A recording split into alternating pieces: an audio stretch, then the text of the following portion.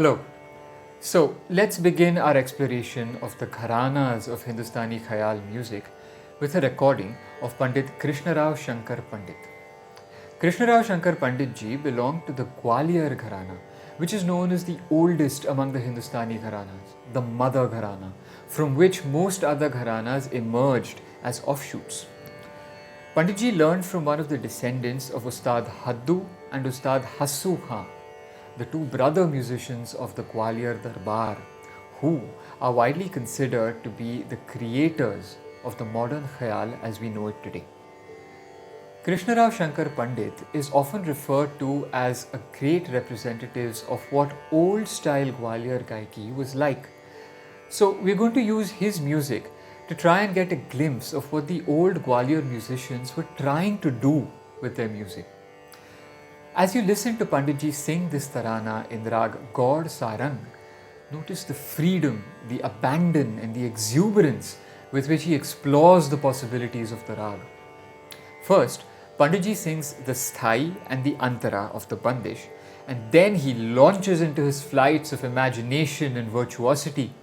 The musical tools that Panditji uses in his improvisation are called the ashtangas, the famous 8 angas, meaning parts or structures of Gwalior Gaiki. Now this was a specialty of the Gwalior musicians. They used improvisational devices, angas, such as meend, behlawa, gamak, boltan, taan and so on, and through each of them they took the rag that they were singing to different creative directions. So in the recording that we're about to listen to, we'll point out some of the angas that Panditji employs in this creative effort. Do also keep an eye on the tal cycle visual to see how skillfully Panditji, through his spontaneous deployment of these angas, catches the mukhra of the bandish and arrives at the sound. So let's listen now to Pandit Krishnarao Shankar Pandit sing rag Gaur Sarang.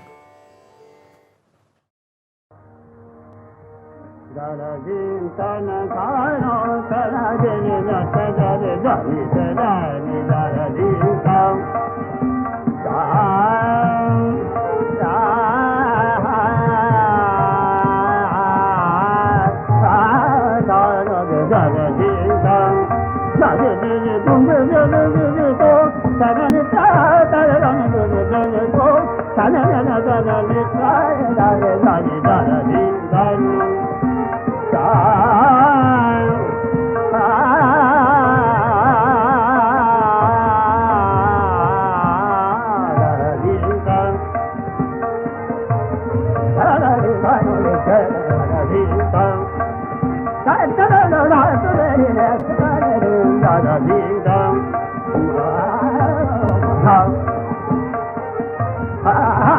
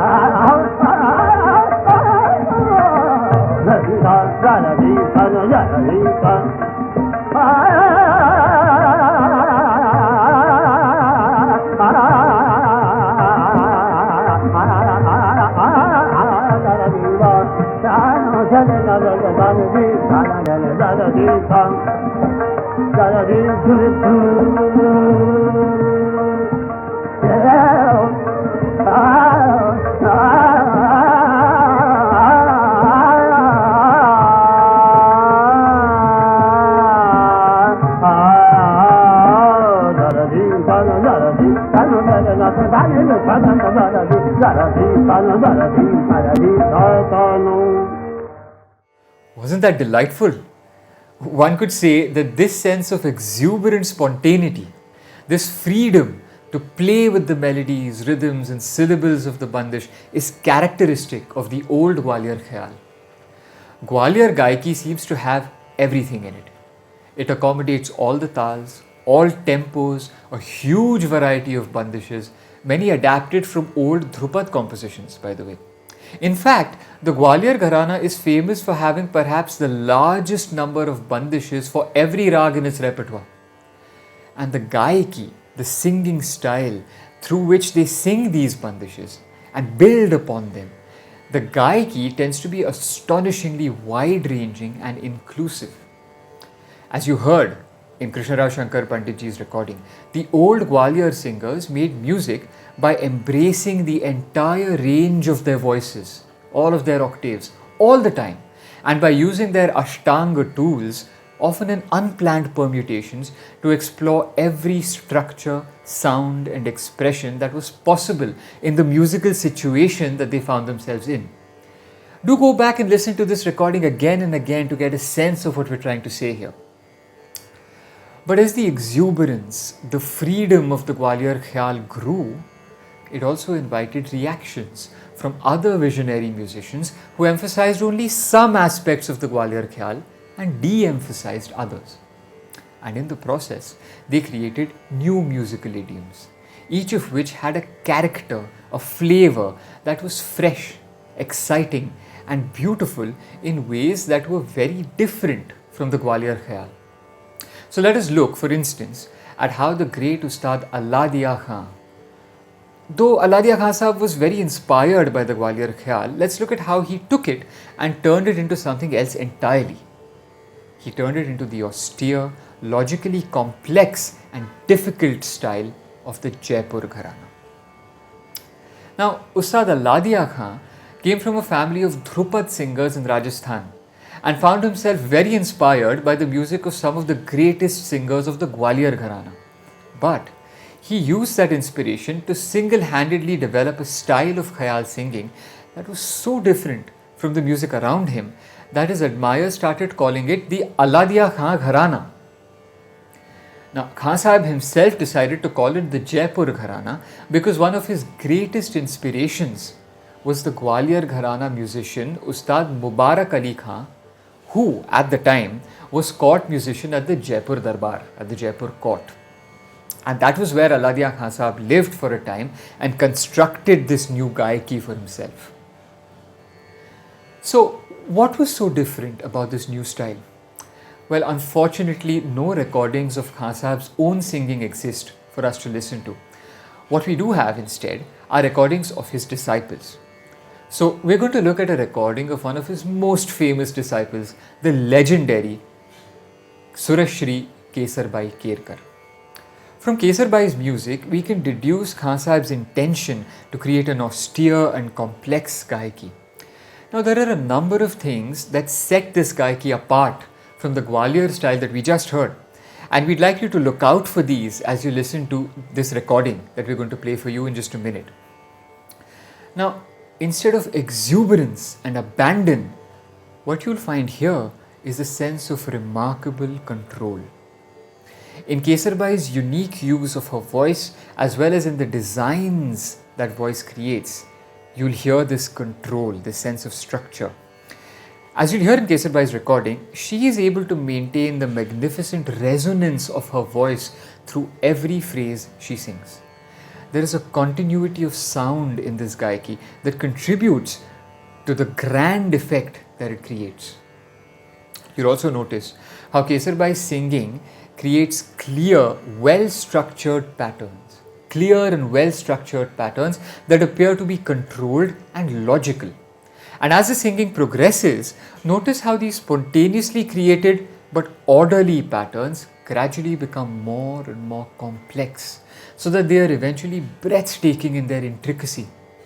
But they always have a well balanced clarity to them. They're never random, they're never haphazard or chaotic. That is not to say that being chaotic is a bad thing, but that was not the Jaipur aesthetic. Notice also how Kesarbai builds up tension in every avartan, in every rhythm cycle, and resolves it at the sum, only to do it again. Keep an eye on the Tal cycle visual to latch on to this. And this process of tension and resolution, and growing complexity, this is what continues cycle after cycle in this music. So let's listen now to Surashri Kesarbai Kerkar singing Rag Maru Bihag.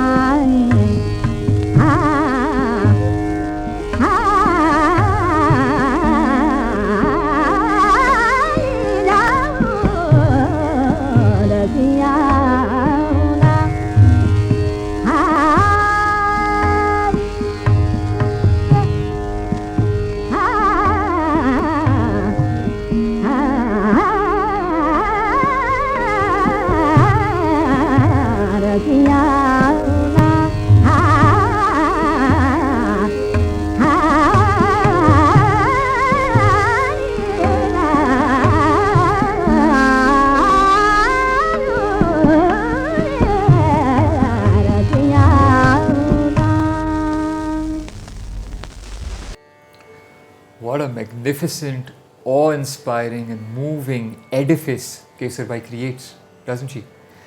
You might have noticed that most of her improvisation is in akar, using the vowel a. She uses her resonant, tuneful a vowel to create her patterns, and the words of the composition become a little less important to her music. This is another way in which the music of the Jaipur Gharana tries to move away from worldly human sentimentality and tries to achieve an austere, perfectly balanced, otherworldly but still moving music. So let's move on now to the Gharana that brings us back to earth and calls our attention to all the worldly fragrances and the wonders that populate it. The Agra Gharana. The Agra Gharana is also connected, by the way, to the old Gwalior singers through its teaching lineages. But the Agra Gharana as we know it today was given its identity in the early 20th century by the superstar of those times, Aftab-e-Mausiki Ustad Faiyaz Khan. So, as you listen to Faiyaz Khan Sahab sing, the first thing that grabs your attention is the charisma of his voice. Most male singers in those days sang in a very high pitch, an almost female pitch. This allowed them to sing loudly enough to reach their audiences without amplification. But Faiyaz Khan Sahab was among the first vocalists to sing in a low, explicitly masculine pitch. But Faiyaz Khan Sahab's voice grabs your attention for more than just its breadth and depth of sound. It does so also for its incredible expressive power. Unlike the other singers that we've heard so far, Faiyaz Khan Sahab was a native speaker of Braj Bhasha, the language in which most Khayal bandishes are written. So as you listen to him sing this bandish in Rag Jaunpuri, Phulavanaki Gendana Maika Namar, notice as you listen how invested Faiyaz Khan Sahab is in the text, in the words of the bandish, in the poetry of the bandish. Faiyaz Khan Sahab and his followers were known for their word play. They brought the full force of human emotion and charisma to their enunciation of the text. But they also used the words of the bandish as a means to create delightful rhythm play.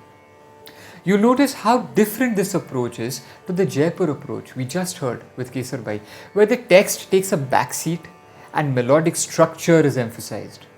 But notice that this is also different from the Gwalior approach, where text is certainly used, but only incidentally, only because it's there. Agra Gharana singers were also known to be masters of rhythm. You'll notice how Faiyaz Khan Sahab uses the words of the bandish almost as an instrumentalist might use his or her plectrum to create accents at tricky points in the rhythm cycle. They'll create accents at very tricky points in the rhythm cycle and masterfully resolve their rhythm statements on the sum. That's what Faiyaz Khan Sahab does. But because of his investment in the poetry of the bandish, Faiyaz Khan Sahab's rhythm work never sounds like an exercise in arithmetics. It always comes across as a lilting melody, a dhun, a song that sounds deceptively simple in spite of the heavyweight frameworks of rag and tal that it is built upon. As usual, do keep an eye on the rhythm visualization in the video to latch on to the tal cycle so that you can really enjoy the thrill of Faiyaz Khan Sahab's wordplay and his rhythm work in this evocative rendering of this bandish in Rag Jaunpuri. Phulavanaki Gendana Maika Namar.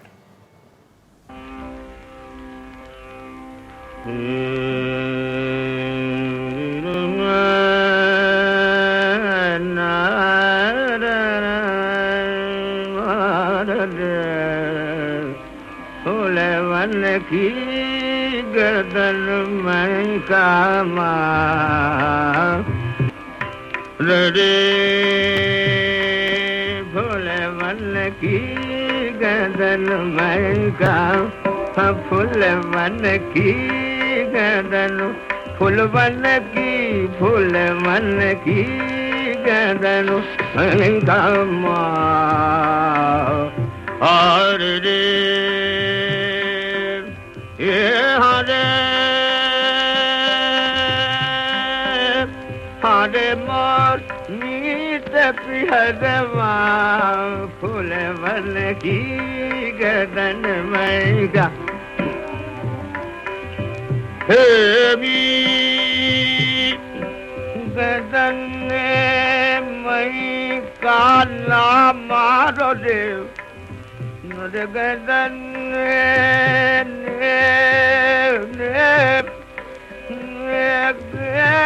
gadan mai kala maro dev He gadan mai kama Hare gadan mai kama Hare naam na janu gaave na janu adhikasan kariyeri pukar bhulvan ki gadan mai ka he bhai mai ka gadan mai kama gadan mai kama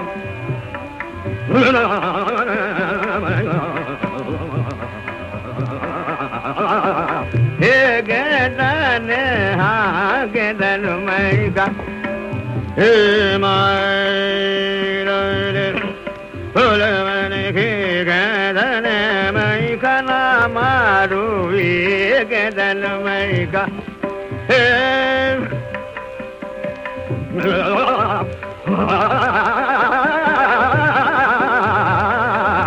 gadan mai kama phulavan ki gadan mai kama gadan mai kama phulavan gadan mai kama phulavan ki gadan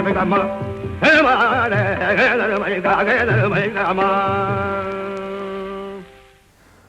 What a different voice, what a powerful effect, and what a moving rendition that was. You might have also noticed the drama that Fayaz Khan Sahab creates with the way he modulates his voice in order to give vent to the expressive urge inside of him. But isn't it always the case that when one musician dominates the scene, like Fayaz Khan Sahab did at the time, with his extroverted, charismatic and rhythmic music, along comes another musician who scales similar heights by doing the exact opposite. We come now to the Kirana Gharana and its protagonist, Ustad Abdul Karim Khan. Abdul Karim Khan Sahab hailed from the village of Kairana in Uttar Pradesh, hence the name of his Kirana Gharana. Now, as you listen to him sing, you'll notice that he doesn't seem to be thinking about logical, disciplined complexity like in Kesar Bhai's Jaipur style, nor is he thinking about expressing through text and rhythm like Fayaz Khan Sahab's Agra style. You might find some flights of fancy in his music, similar to Krishnarao Shankar Pandit's Gwalior style, and you wouldn't be mistaken. But there is no attempt to sing all the Ashtangas and to develop the rag through the Ashtangas here. Instead, Abdul Karim Khan Sahab's entire focus seems to be on his voice. And what a voice it is. High-pitched, precise, tuneful, surila, and so quick and so flexible. Let's listen to his voice before we talk about it. Here is Ustad Abdul Karim Khan Sahab singing a khayal in rag Basant.